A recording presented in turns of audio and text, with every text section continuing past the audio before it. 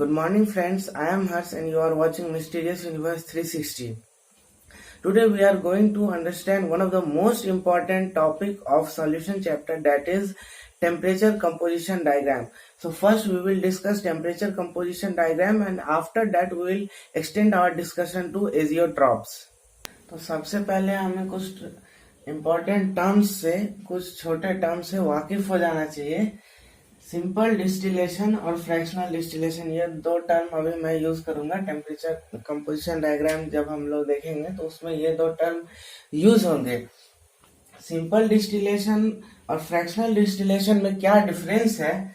The vapour is withdrawn and condensed. Simple distillation में vapour जो होता है उसको निकाला जाता है और उसको सेपरेटली कहीं कंडेंस किया जाता है, और ये इस प्रोसेस का यूज वोलाटाइल लिक्विड को नॉन वोलाटाइल सॉल्यूट या सॉलिड से सेपरेट करने के लिए किया जाता है। इस प्रोसेस का यूज फ्रैक्शनल डिस्टिलेशन, इसमें बॉइलिंग और कंडेंसेशन साइकिल सक्सेसिवली किया जाता है और इसका यूज वोलाटाइल लिक्विड्स जिसमें बॉइलिंग पॉइंट का डिफरेंस बहुत ही कम है, उसके लिए हम लोग इस फ्रैक्शनल डिस्टिलेशन का यूज करते हैं। टेम्परेचर कंपोजिशन डायग्राम, तो टेम्परेचर कंपोजिशन डायग्राम का पहले डेफिनेशन जान लेते हैं।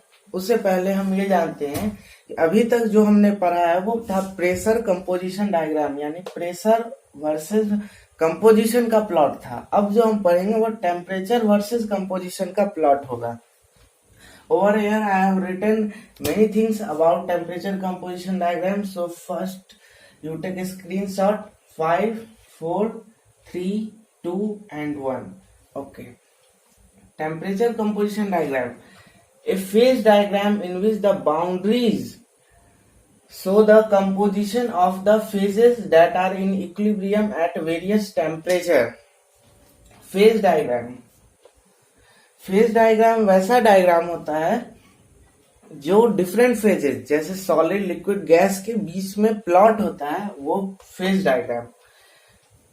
तो ये लिक्विड और ये वेपर दो फेज के बीच में प्लॉट है। This is a phase diagram. इस फेज डायग्राम में बताया है boundaries show the composition of the phases that are in equilibrium at various temperatures and a given pressure। इसको भी आप अंडरलाइन कर लेंगे। अब मैं इसको एनालाइज करके बताता हूं कि कैसे हम रीड कर सकते हैं टेम्परेचर कंपोजिशन डायग्राम को।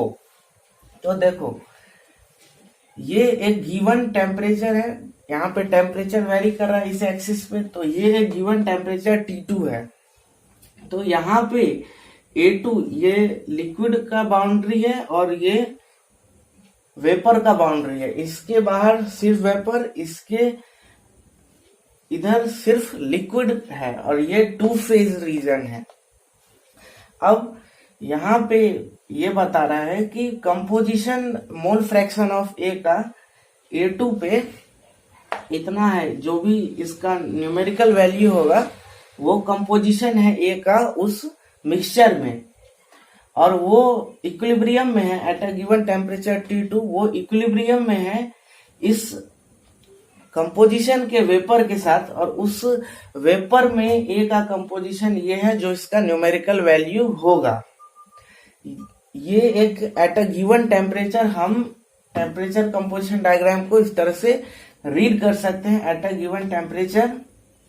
ये इस पॉइंट को हम यहाँ देखेंगे तो जो मिक्सचर होगा उसमें ए का कंपोजिशन ये इतना जब इसका न्यूमेरिकल वैल्यू होगा, और यहाँ A2 डैश भी वेपर के कंपोजिशन को डिनोट करेगा। ये लाइन वेपर के लिए है, ये लिक्विड के लिए है। इसके इस साइड सिर्फ लिक्विड, इसकी इस साइड सिर्फ वेपर, और यहाँ पे वेपर और लिक्विड इक्विलिब्रियम में है। तो वैसा लिक्विड का वो कंपोजिशन जो वेपर के साथ इक्विलिब्रियम में है वो ये इसको कहते हैं हम लोग टाई लाइन। ये टाई लाइन जो है वो एक स्ट्रेट लाइन इसके पैरेलल है, और ये बताएगा कि इस कंपोजिशन का लिक्विड इस कंपोजिशन के वेपर के साथ इक्विलिब्रियम में है। अब यहाँ पे लिखा है एंड अ गिवन प्रेशर, इस चीज को आप अभी ध्यान में रखेंगे, लास्ट में मैं इसका यूज कैसे करूंगा वो आप देखेंगे। अब इस चीज को थोड़ा और अच्छे से एनालाइज करते हैं हम लोग। यह है temperature composition diagram ideal mixture का, जिसमें component A more volatile than B. Component A का बॉइलिंग पॉइंट जो है वो बी से कम है। अब टेम्परेचर कंपोजिशन डायग्राम का हम लोग को क्या नीड है, एक्चुअल इसका क्या इंपॉर्टेंस है, उसको अब हम जानेंगे। तो हमने A1 कंपोजिशन का कोई भी एक सॉल्यूशन लिया, A1 कंपोजिशन का कोई भी एक सॉल्यूशन लिया, उसको हमने हीट करा।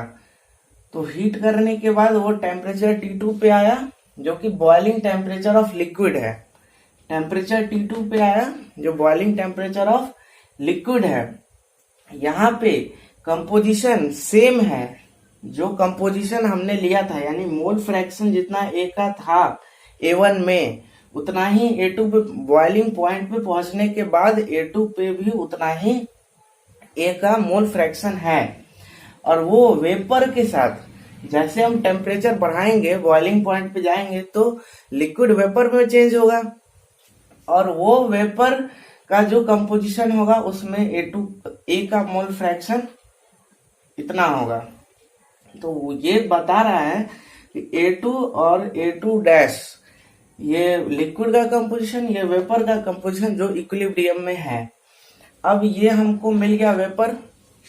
अब इसको हम लोग वेपर को कंडेंस करते हैं, वेपर को कंडेंस करेंगे। तो वेपर को हमने T3 टेम्परेचर पे कंडेंस किया।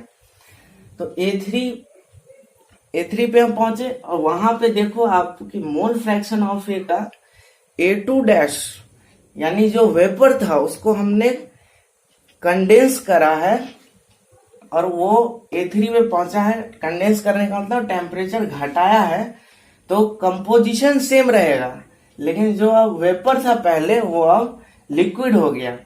जब उसको रीहीट करेंगे, यानी उसके बॉइलिंग पॉइंट पे फिर से गर्म करेंगे, तो वो A3 डैश के साथ इक्विलिब्रियम में रहेगा। वो A3 डैश के साथ इक्विलिब्रियम में रहेगा। A3 डैश यहाँ पे फिर वेपर लाइन पे है, वेपर के साथ फिर इक्विलिब्रियम में रहेगा, जिसमें मोल फ्रैक्शन ऑफ A इतना रहेगा।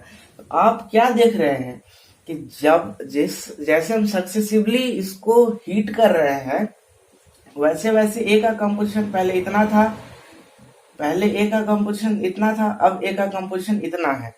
और यहाँ पे हमने लिख रखा है component A is more volatile than component B।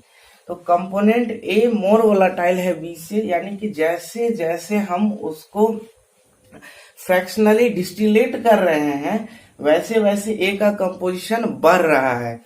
यानी कि ये this a process of distillation. और टेम्परेचर कंपोजिशन डायग्राम के हेल्प से हम लोग डिस्टिलेशन प्रोसेस को समझ सकते हैं। वो डिस्टिलेशन में जितने भी हमें नीड होता है उसको हम यहाँ से समझ सकते हैं। This is the major importance of this temperature composition diagram. इसको एक बार आप फिर से समझ लें।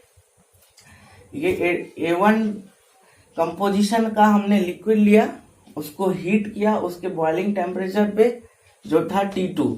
इस टाई लाइन से हम जान सकते हैं कि किसी भी लिक्विड, किसी भी गिवन कंपोजिशन के लिक्विड का क्या बॉइलिंग पॉइंट है, दैट इज T2।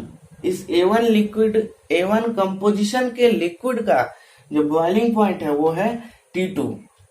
जब हमने इसको बॉइलिंग पॉइंट तक हीट करा तो ये एक वेपर के साथ इक्विलिब्रियम में आया, जिसका कंपोजिशन था जो आप यहां से कैलकुलेट कर सकते हैं। अब इसको जब हम कंडेंस करेंगे, T2 से T3 टेम्परेचर पे कंडेंस करेंगे, तो इसका कंपोजिशन फिर ये जो इसका A2 डैश का कंपोजिशन है वही A3 का कंपोजिशन है। लेकिन जो A2 का कंपोजिशन है वो A2 डैश का कंपोजिशन नहीं है। यहाँ पे मोल फ्रैक्शन ऑफ A इतना है, और यहाँ पे मोल fraction of A2 dash, mole fraction of A in A2 dash इतना है। तो A2 और A2 डैश का कंपोजिशन सेम नहीं है, लेकिन A2 डैश और A3 का कंपोजिशन सेम है। फिर जब हम इसको रीहीट करेंगे इसके बॉइलिंग टेम्परेचर पे, तो वो A3 डैश जो वेपर है उसके साथ इक्विलिब्रियम में आएगा, जिसका कंपोजिशन ये रहेगा। ए का हम मोल फ्रैक्शन यहां से निकाल सकते हैं, और 1 minus mole fraction of A is mole fraction of B, हम वो कैलकुलेट कर सकते हैं। तो आपको यहाँ क्या नोटिस करना है, स्टेप वाइज हमने इसका डिस्टिलेशन किया है, और जैसे जैसे डिस्टिलेशन हम करेंगे आगे, वैसे वैसे मोर वोलाटाइल कंपोनेंट ए का मोल फ्रैक्शन बढ़ेगा, यानी कि ए डोमिनेट करेगा। जो वोलाटाइल कंपोनेंट होगा वो डोमिनेट करेगा मिक्सचर में।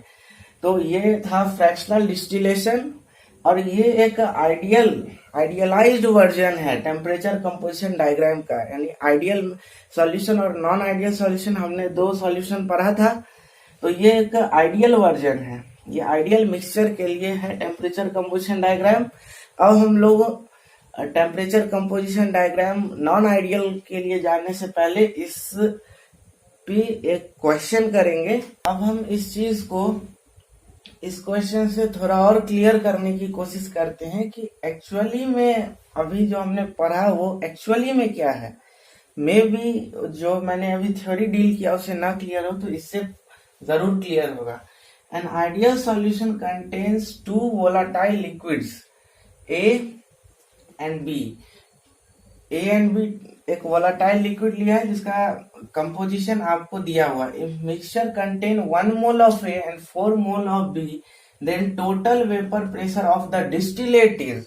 यानी आपको ये दिया हुआ है और आपसे पूछ रहा है कि डिस्टिलेट का क्या वेपर प्रेशर हुआ है। मतलब आप इसको यहां से समझिए कि क्या पूछ रहा है।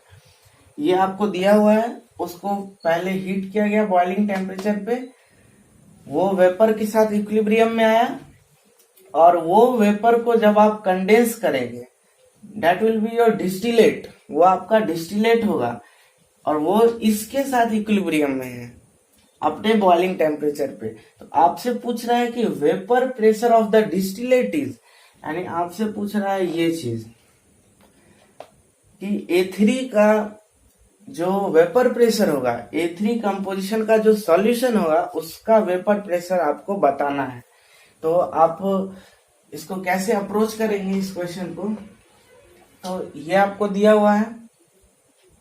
तो अल्टीमेटली आपको ये भी दिया हुआ है, इसका मतलब क्योंकि यहाँ A1 और A2 दोनों का कंपोजिशन सेम है, तो यहां से हम राउल्ट्स लॉ से हम वेपर प्रेशर कैलकुलेट कर सकते हैं।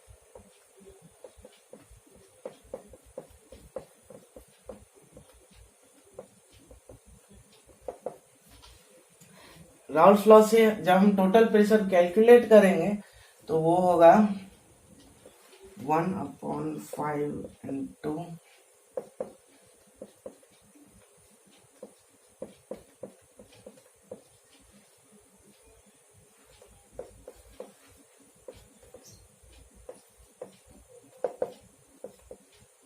वो 180 टॉर आएगा। ये टोटल वेपर प्रेशर है। अब आपको निकालना है कि इसका कंपोजिशन, यानी आपको मोल fraction of A and be in vapour phase आपको कैलकुलेट करना है। वो हम कैसे करेंगे,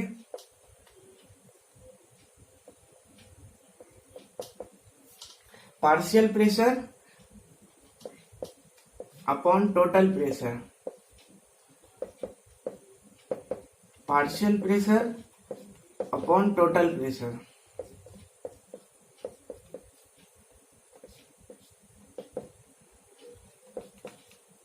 ये निकल गया वेपर फेज में ए का मोल फ्रैक्शन और वेपर फेज में बी का मोल फ्रैक्शन, ये हमको मिल गया, यानी ये हमें पता चल गया।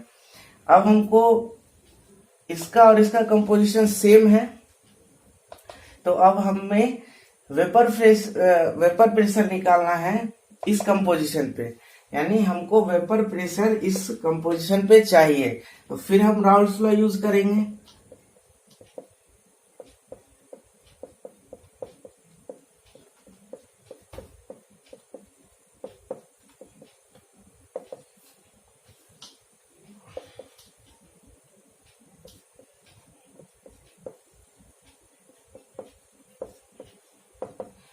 ये आपको होगा 1700/9, जिसको आप कैलकुलेट करेंगे तो आपको आंसर आएगा ये टॉपिक आपके लिए नया है, टेम्परेचर कंपोजिशन डायग्राम, ये जरूर आपके लिए नया है, तो आप इसको ध्यान से समझिए।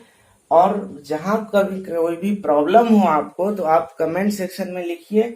अगर मुझको लगेगा कि यस ये प्रॉब्लम रह गया है तो मैं उसको डील करूंगा, अदरवाइज आप वीडियो को थोड़ा पीछे करके और फिर से समझिए, क्योंकि ये बहुत ही इंपॉर्टेंट और बहुत ही इंटरेस्टिंग कंसेप्चुअल टॉपिक है और नया भी है, तो आपको समझने में मे भी प्रॉब्लम हो सकता है, लेकिन ट्राई योर लेवल बेस्ट। ये दो टेम्परेचर कंपोजिशन डायग्राम है जो एक्सट्रीम कंडीशन के लिए है, मतलब बीच में एक हमने आइडियल पढ़ा और बीच में जितने भी आएंगे उससे हमें कोई मतलब नहीं है, हमें सिर्फ इन दो इंपॉर्टेंट टेम्परेचर कंपोजिशन डायग्राम से मतलब है। यहाँ पे समझने का क्या है कि वेपर प्रेशर जो है, दो कंपोनेंट ए और बी को मिक्स करके जो सॉल्यूशन बना वो स्टेबलाइज हो गया है, इस केस में उसका वेपर प्रेशर रिड्यूस हो गया है। इसको हम लोग negative deviation of Raoult's law से कंपेयर कर सकते हैं। ये प्रेशर कंपोजिशन नहीं, ये टेम्परेचर कंपोजिशन डायग्राम है, लेकिन इसको हम लोग negative deviation of Raoult's law से कंपेयर कर सकते हैं। यहाँ पे वेपर प्रेशर कम है, यहाँ पे सॉल्यूशन स्टेबलाइज हो गया है, तो यहाँ गिव्स फ्री एनर्जी नेगेटिव होगा। More favourable, gives free energy negative होने का मतलब हुआ more favourable to mixing than ideal, मतलब आइडियल में जितना वो मिक्स करना चाहता उससे ज्यादा वो चाहेगा कि मैं अभी मिक्स हो जाऊं, more favourable to mixing than ideal. अब यहाँ पे टेम्परेचर कंपोजिशन डायग्राम को रीड करते हैं हम लोग। ये ए है, एक कंपोजिशन का लिक्विड है, उसको बॉइलिंग टेम्परेचर पे हीट करेंगे तो ये इस कंपोजिशन पे पहुंचेगा जो इस कंपोजिशन वाले वेपर के साथ इक्विलिब्रियम में रहेगा। सिमिलरली अगर कोई और पॉइंट हम कंसीडर करें ये पॉइंट, तो ये इस कंपोजिशन वाले वेपर के साथ इक्विलिब्रियम में रहेगा। तो जैसे जैसे हम आगे बढ़ेंगे तो वैसे वैसे ए का कंपोजिशन घटेगा और बी का कंपोजिशन बढ़ेगा, क्योंकि आप देख रहे हैं कि मोल फ्रैक्शन ऑफ इस साइड इंक्रीज कर रहा है और मोल फ्रैक्शन ऑफ बी इस साइड इंक्रीज करेगा। तो जैसे जैसे हम इस साइड शिफ्ट होंगे वैसे वैसे ए का कंपोजिशन घटेगा और बी का कंपोजिशन बढ़ेगा। और उसके कॉरेस्पॉन्डिंग अगर हम वेपर को किधर भी और ले जाके उसको कंडेंस करें तो लिक्विड और वेपर का कंपोजिशन डिफरेंट होगा, यहाँ से आप देख सकते हैं। लेकिन जैसे जैसे हम बी के टुवर्ड्स मूव करेंगे तो एक ऐसा पोजीशन आएगा जहां पे वेपर और लिक्विड, वेपर और सॉल्यूशन दोनों का कंपोजिशन सेम हो जाएगा। वहां इस पॉइंट पे आप देख सकते हैं कि वेपर और सॉल्यूशन का कंपोजिशन सेम हो गया है। तो जब आप इस वेपर को किधर भी और ले जाके उसको कंडेंस करेंगे तो वो essentially this will give the same composition जो यहाँ पे लिक्विड का है। फिर ये लिक्विड को हीट करेंगे तो फिर वही वेपर का कंपोजिशन मिलेगा, फिर आप उसको किधर भी और जाके कंडेंस करेंगे फिर रिटर्न आपको यही मिलेगा। तो ये जो पोजीशन है, ये जो कंपोजिशन है, इसी कंपोजिशन को कहते हैं हम लोग एजियोट्रॉपिक कंपोजिशन। एजियोट्रॉपिक कंपोजिशन और उसके कॉरेस्पॉन्डिंग जो मिक्सचर हमको मिलता है, एजियोट्रॉपिक कंपोजिशन वाला जो मिक्सचर हमें मिलता है उसको हम लोग कहते हैं एजियोट्रॉपिक मिक्सचर। तो यहां से हम एजियोट्रॉपिक मिक्सचर के बारे में क्या जान सकते हैं कि एजियोट्रॉपिक मिक्सचर ऐसा मिक्सचर होता है जिसका सॉल्यूशन फेज और वेपर फेज दोनों में कंपोजिशन सेम होता है, as you can see here. इस केस को आप positive deviation of Raoult's law से कंपेयर कर सकते हैं, जहां पे गिव्स फ्री एनर्जी पॉजिटिव होगा। इट मींस गिव्स फ्री एनर्जी पॉजिटिव होने का मतलब कि process, mixing process is non spontaneous, मतलब मिक्सिंग प्रोसेस नॉन स्पॉन्टेनियस है तो सेपरेशन प्रोसेस क्या होगा, स्पॉन्टेनियस। इसका मतलब less favourable to mixing than ideal. अब यहाँ पे आते हैं हम लोग, ए वाले इस कंपोजिशन का लिक्विड लिया जो इस कंपोजिशन वाले वेपर के साथ इक्विलिब्रियम में है, इसको हम कंडेंस करेंगे तो ये कंपोजिशन का लिक्विड मिलेगा, और जो कि इस कंपोजिशन वाले वेपर के साथ इक्विलिब्रियम में रहेगा। इसी तरह से हम कंडेंस करते जाएंगे और एक कंपोजिशन ऐसा मिलेगा जहां पे वेपर और लिक्विड का कंपोजिशन सेम होगा, और फिर यही केस यहाँ भी एप्लीकेबल होगा। तो इस केस के लिए भी ये एजियोट्रॉपिक कंपोजिशन है, और उसके कॉरेस्पॉन्डिंग जो हमको मिक्सचर होगा वो कंपोजिशन वाला मिक्सचर, उसको हम एजियोट्रॉपिक मिक्सचर कहते हैं। तो अब मैं इसको सम अप करूंगा, अगले स्लाइड में हम एजियोट्रॉपिक मिक्सचर का पूरा डिस्क्रिप्शन देंगे और एक क्वेश्चन उस पे होगा, और फिर हम लोग इस क्लास को रैप अप करेंगे। This is all about azeotrope you need to know in this class.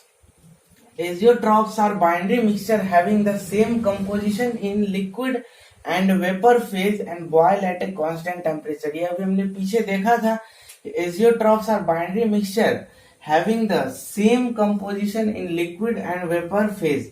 ये भी हमने आपको पीछे बताया था, and boil at a constant temperature, जो आप टेम्परेचर कंपोजिशन डायग्राम से जान सकते हैं कि एक फिक्स टेम्परेचर पे और एक फिक्स्ड कंपोजिशन पे वो एजियोट्रॉप मिक्सचर हमें मिला था। अब large positive deviation from Raoult's law implies minimum boiling azeotrope at a specific composition. अब इसको आप थोड़ा सा पीछे वाले वीडियो में जाएंगे, पीछे वाले क्लास को आप अगर देखेंगे तो large positive deviation from Raoult's law, मतलब large positive deviation from Raoult's law का मतलब ये हुआ कि जो पहले इंटरेक्शन एग्जिस्ट कर रहा था सॉलिड सॉलिड और सॉल्वेंट सॉल्वेंट मॉलिक्यूल्स के बीच में, वो अब कमजोर हो चुका है। तो जब वो कमजोर हो चुका है तो उसको वेपराइज करना और इजी है, तो उसके लिए हमको जो टेम्परेचर चाहिए वो कम होगा, तो वो मिनिमम बॉइलिंग एजियोट्रॉप बनाएगा। और आप उसको इस तरह से भी समझ सकते हैं, जो हमने पीछे देखा था, ये positive deviation from Raoult's law के लिए टेम्परेचर कंपोजिशन डायग्राम था, और ये मिनिमम बॉइलिंग एजियोट्रॉप बना रहा है। तो दोनों तरीके से आप समझ सकते हैं। उसका निगेशन स्टेटमेंट ये है, large negative deviation from Raoult's law implies maximum boiling azeotrope. उसको आप इस डायग्राम से समझ सकते हैं। वहां आप देख सकते हैं कि negative deviation from Raoult's law के लिए टेम्परेचर कंपोजिशन डायग्राम का जो मैक्सिमम है वो एजियोट्रॉपिक मिक्सचर को बता रहा है। और आप इसको दूसरे टर्म में ये भी समझ सकते हैं कि लार्ज नेगेटिव डेविएशन मतलब जो पहले इंटरेक्शन था उससे ज्यादा मजबूत इंटरेक्शन सॉल्यूशन में एग्जिस्ट कर रहा है, तो उसको हमको ज्यादा टेम्परेचर देना होगा उसको कमजोर करने के लिए, उसको वेपराइज करने के लिए। तो वो मैक्सिमम बॉइलिंग एजियोट्रॉप मतलब उसको ज्यादा टेम्परेचर देना होगा एजियोट्रॉप बनाने के लिए, सॉरी उसको वेपराइज करने के लिए, उस एजियोट्रॉप को वेपराइज करने के लिए। और इस दो पॉइंट को ध्यान में रखते हुए आपको ये भी ध्यान में रखना है कि कंपोजिशन लिक्विड में जो होगा और जो वेपर में कंपोजिशन होगा वो सेम होगा, और वो बॉयल एट कांस्टेंट टेम्परेचर। और वो जैसा हमने यहाँ बताया था कि इसके बाद आप उसको किधर भी जाके कंडेंस करेंगे वही कंपोजिशन मिलेगा, फिर वेपराइज करेंगे फिर वही कंपोजिशन मिलेगा। मतलब उसको फ्रैक्शनल डिस्टिलेशन प्रोसेस से हम लोग सेपरेट नहीं कर सकते हैं, जो कि मैंने यहाँ पे नहीं लिखा है, लेकिन आप उसको समझ सकते हैं कि उसको हम फ्रैक्शनल डिस्टिलेशन प्रोसेस से सेपरेट नहीं कर सकते हैं। और एक पॉइंट आप ऐड कर सकते हैं यहाँ पे कि मिनिमम बॉइलिंग एजियोट्रॉप के लिए जो दो कंपोनेंट को मिला के हम मिक्सचर बना रहे हैं, उस दोनों कंपोनेंट के बॉइलिंग पॉइंट से कम होगा इस एजियोट्रॉप का बॉइलिंग पॉइंट, और उसका अपोजिट यानी कि दोनों कंपोनेंट से ज्यादा होगा boiling point, maximum boiling azeotrope के लिए, ये भी एक पॉइंट है। और लास्ट पॉइंट जो मैंने शुरुआत में आपको बोला था कि एट अ गिवन प्रेशर को आप अंडरलाइन कर लें, उसका मैं यूज लास्ट में करूंगा, वो समय आ चुका है। Composition of an azeotrope alters on changing the external pressure. हमने आपको बोला था कि जो भी टेम्परेचर कंपोजिशन डायग्राम हम लोग बना रहे हैं, वो temperature composition diagram at a given pressure, at a constant pressure हम लोग इसको बना रहे हैं। उस कांस्टेंट प्रेशर पे, जैसा आप जानते हैं कि प्रेशर, वॉल्यूम, टेम्परेचर और मोल्स, ये स्टेट फंक्शन है, ये चारों एक दूसरे से इंटर रिलेटेड है। इनिशियली यहाँ पे हम प्रेशर और वॉल्यूम को कांस्टेंट किए हुए थे हम लोग, तो टेम्परेचर सिर्फ मोल फ्रैक्शन के साथ वेरी कर रहा था, कंपोजिशन के साथ सिर्फ वेरी कर रहा था, और एट अ कांस्टेंट प्रेशर वो फिक्स था, फॉर ए गिवन कंपोजिशन वो फिक्स था। लेकिन अब यहाँ पे हम जब प्रेशर को भी वेरी करेंगे, तो अब ये 3 वेरिएबल्स आ गए हमारे पास। तो अब eight a given temperature pressure mole fraction के साथ वेरी करेगा, मोल्स के साथ वेरी करेगा। तो वही यहाँ पे लिखा हुआ है, composition of an azeotrope alters, यानी चेंज करता है on changing the external pressure. Okay, this is your homework question. आप इसका आंसर कमेंट सेक्शन में लिखेंगे और इसको हम लोग नेक्स्ट वीडियो में डील करेंगे। अगर आपको हमारा वीडियो पसंद आया हो तो प्लीज हमारे चैनल को सब्सक्राइब करें और अपने दोस्तों के साथ इसको शेयर करें।